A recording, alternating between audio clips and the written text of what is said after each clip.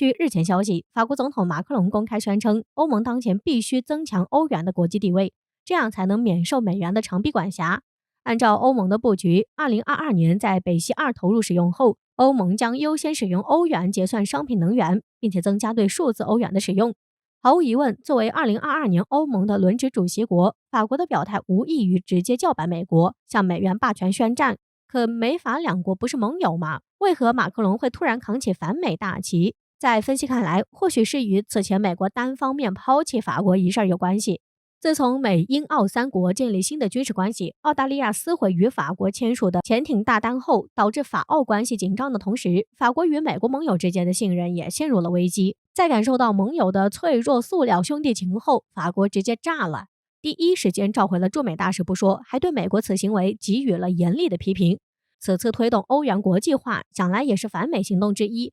只不过相比之前，这是对美国力度最大的一次反击。众所周知，长期以来，美元霸权在世界、在欧洲都占据着超强优势。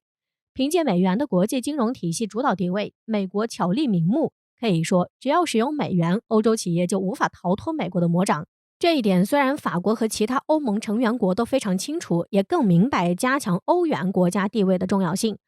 但欧盟政治家却很少主动会公开呼吁加强欧元的国际地位。然而，伴随着美国的作死行为，彻底惹恼了马克龙。如今公开宣称增强欧元的国际地位，一方面是推动欧盟跟美国摊牌，对美国进行反击；另一方面也是为了摆脱美元束缚，避免继续被美国薅羊毛。伊拉克之战、伊核协议谈判以及中东难民危机的背后，都有美元与欧元的角逐，也因此彻底让欧盟看清了美国的真实面目。深知唯有终结美元一家独大的局面，世界才能迎来真正的繁荣和稳定。估计美国怎么都没想到，有一天会被自己人痛下杀手，尤其是在当前对付中俄的紧张时刻，所谓的盟友竟转身一变成了反美利器，将火点到了美国。不过话说回来，美国这都是咎由自取。在大疫情与大变局之下，特朗普和拜登不断开启美联储机器，导致全球通胀，以及不断用美元霸权欺负各国，让美元声誉大幅度下滑。面对美国的穷追猛打，多国不得已的情况下，肯定只能使用本币结算、易货贸易的方式。说白了，造成如今这样的局面，都是美国自找的。就算这次不是马克龙，下次也会是别人带头反美。尽管美国实力仍然不可小觑，但欧盟团结一致，可能还跟俄罗斯、伊朗等各大经济体加强合作，足以让美元霸权走向危机。至此，就目前而言，反美利器帮了中国大忙，都不需要中俄出手，拜登心态就已经失衡了。看来，美国这是要被自己人围攻的节奏。最近一段时间，美国媒体不断炒作我国西北部沙漠又出现了什么新玩意儿，引发美军担忧。近日，美国 USNI 报道，商业卫星公司 MAXAR 发布卫星图像显示，解放军在塔克拉玛干沙漠建造了一艘疑似美国福特级航母的标靶。随后，美媒继续报道，在新疆地区又发现了第二个疑似美国航母的导弹标靶。然而近日，他们又发现了新东西。近日，加拿大军事月刊《汉和防务》评论称，有卫星图显示，在解放军火箭军位于新疆库尔勒的射击场，发现至少有4架疑似 F-35的战机模型。该军事杂志主编平可夫表示，这些 F-35战机模型可能是火箭军东风16和东风 21C 中程弹道导弹瞄准的标靶。据悉，东风16导弹射程在1000公里左右，足以打击冲绳美军基地、驻韩美军基地以及部分日本境内目标。重要的是，它被描述为一平台多弹头超音速大当量整体钻地弹。钻地弹一般用于对机场跑道、地面加固目标及底下设施进行攻击，所以有 F-35模型似乎并不是直接把 F-35当成空中打击目标，而是要率先端了它的老巢，把 F-35模型是作为图像识别 AI 训练用的。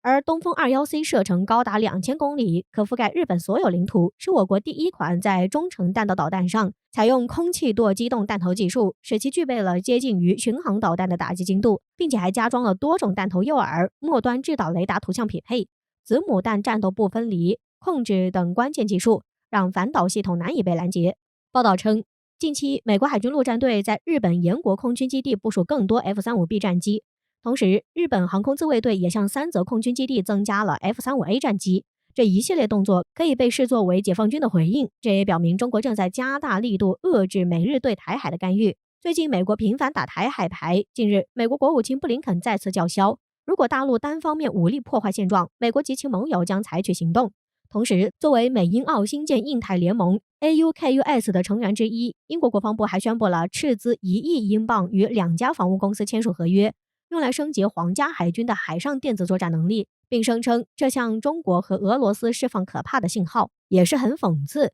现在该睁眼看世界的不是中国，而是大英帝国了。与此同时，日本更是跟着上蹿下跳。近日，岸田文雄再次对中国表达强硬，称日本将对中国采取坚决性政策，美日应联合施压，难道是想军事介入？在炒作中国把美国航母 F-35当作标靶后，美军的动作也很异常。前不久，美国卡尔文森号航母在南海演习大规模战损演习，随后美国在关岛测试反导系统，美国是做好了挨打的准备了吗？如果说一旦真的打起来，美国和英国国土很远，顶多是在日本的基地被打击后就立刻抽身了，而日本才是大祸临头的那个。到时候真就新账旧账一起算。这也说明我们早已把美日等国军事介入的情况放入了预案，他们是否有胆出兵我们不管这些，战术上我们必须要重视。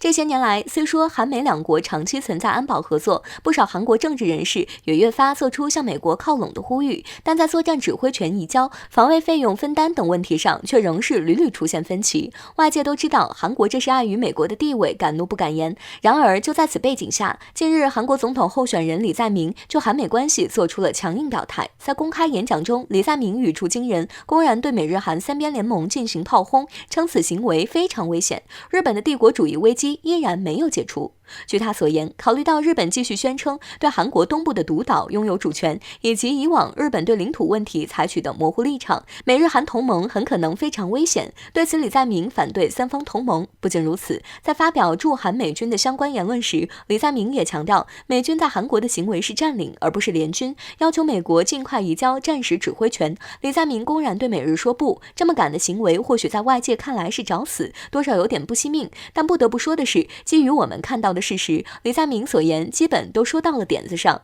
对于美国来说，日本和韩国都是该国用来利用的棋子。此前拜登刚上台就促成东亚三国美日韩军事同盟，实际上是想试图打通日本和韩国之间的关系。毕竟日韩两国一直以来都在众多问题上针锋相对，就连在慰安妇问题上，双方也有很大的分歧。若两国关系继续恶化下去，不仅会阻碍两国之间的密切联系，还会严重影响美国为加强三国安全合作的计划。只有成功促成美日韩三方同盟，美国才能更缓解自己的驻军压力，把部队撤出来，转移到其他地方，例如有更多的精力在中国周边刷存在感，借军事力量威慑中国。可拜登却失算了，对此文在寅的态度一直是模棱两可，而李在明如今的表态更是一副不可能执行的样子。有趣的是，李在明此次在反对美日韩同盟的同时，还提及到了中国。在谈到中美对抗下韩国的立场时，李在明表示，即便是强化了与美国之间的同盟关系，也没有必要放弃与中国的合作关系，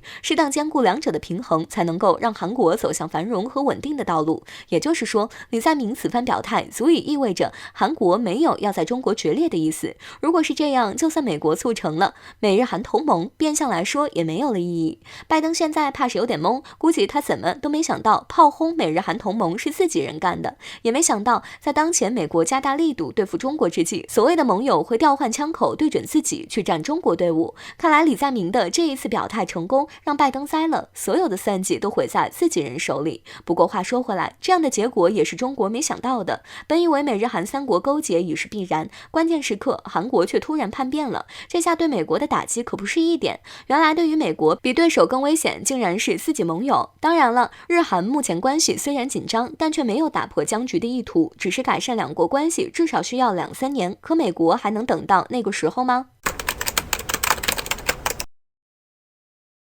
最近一段时间以来，美国为了能够维护自己的霸权地位，就不断对中俄进行打压。拜登政府公然将中俄视为美国目前所面临的重大挑战，以竞争的名义对中俄进行无端的制裁。其实说白了，他们就是怕中俄两国的强大会影响到美国在世界上的地位，所以就开始针对中俄，想要遏制中俄两国的发展。但可笑的是，随着美国的打压，中俄两国的发展不但没有减弱，反而变得更加迅捷了。近日，俄罗斯国防部又透露出了一个让拜登头痛的重要信息。据相关消息报道，近日俄罗斯国防部有消息显示，在前几日的索契会议上，俄罗斯总统普京强调了俄罗斯 S-350、S-500、S-550防空导弹系统的重要性，所以俄罗斯应该在今后的发展中将加快在这些领域的发展。俄罗斯国防部虽然提到了 S-550防空导弹系统，但并没有对其大幅度的透露信息。不过这也说明了俄罗斯已经开始研发 S-550防空导弹了。我们都知道，前不久俄罗斯国防部才宣称 S-500即将交付于俄罗斯军队，而这也是俄罗斯官方正式报道的消息。这一消息经报道后就被世界媒体广泛关注，包括美国在内。美国一直将俄罗斯视为自己的死对头，就是对俄罗斯的导弹有所胆怯。而如今俄军却透露，除了 S-550的研制消息，这对美国来说更是一个严重的威胁。因为随着防空导弹的升级，就意味着俄罗斯的防御能力正在迅速增加。如果 S-550能够防御任何导弹的攻击，那美国除了核武器就真是束手无策了。因为如今俄罗斯不仅是防御能力非常强大，在导弹攻击方面也是很强悍的。前不久，俄罗斯太平洋舰队潜艇部队司令部参谋长阿尔卡季·纳瓦尔斯基就表示，俄罗斯已经拥有了 R-30布拉瓦洲际弹道导弹。这一导弹的最大优势就是加速短动力超强，所以任何导弹防御系统都无法抵挡该高超音速导弹的攻击。这样一来，如果俄罗斯 S-550防空导弹系统顺利研制完成的话，那俄罗斯的国防力量就真是攻守兼备了。有分析人士指出，俄军这一消息的透露，着实是让拜登头疼的又一重要难题。如今美国一直都将中俄视为美国的假想敌，但这实际上是非常不可取，因为如今中俄两国的军事实力是很强大的，如果两国联手，那必定是让美国不能接受的，所以美国还是尽早放弃和中俄作对的想法为好。总而言之，我们还是奉劝美国不要再执迷不悟了，如果非要和中俄硬碰硬，那对美国来说没有一点好处，反而会把美军送向地狱，只有和中俄合作才是美国的唯一出路。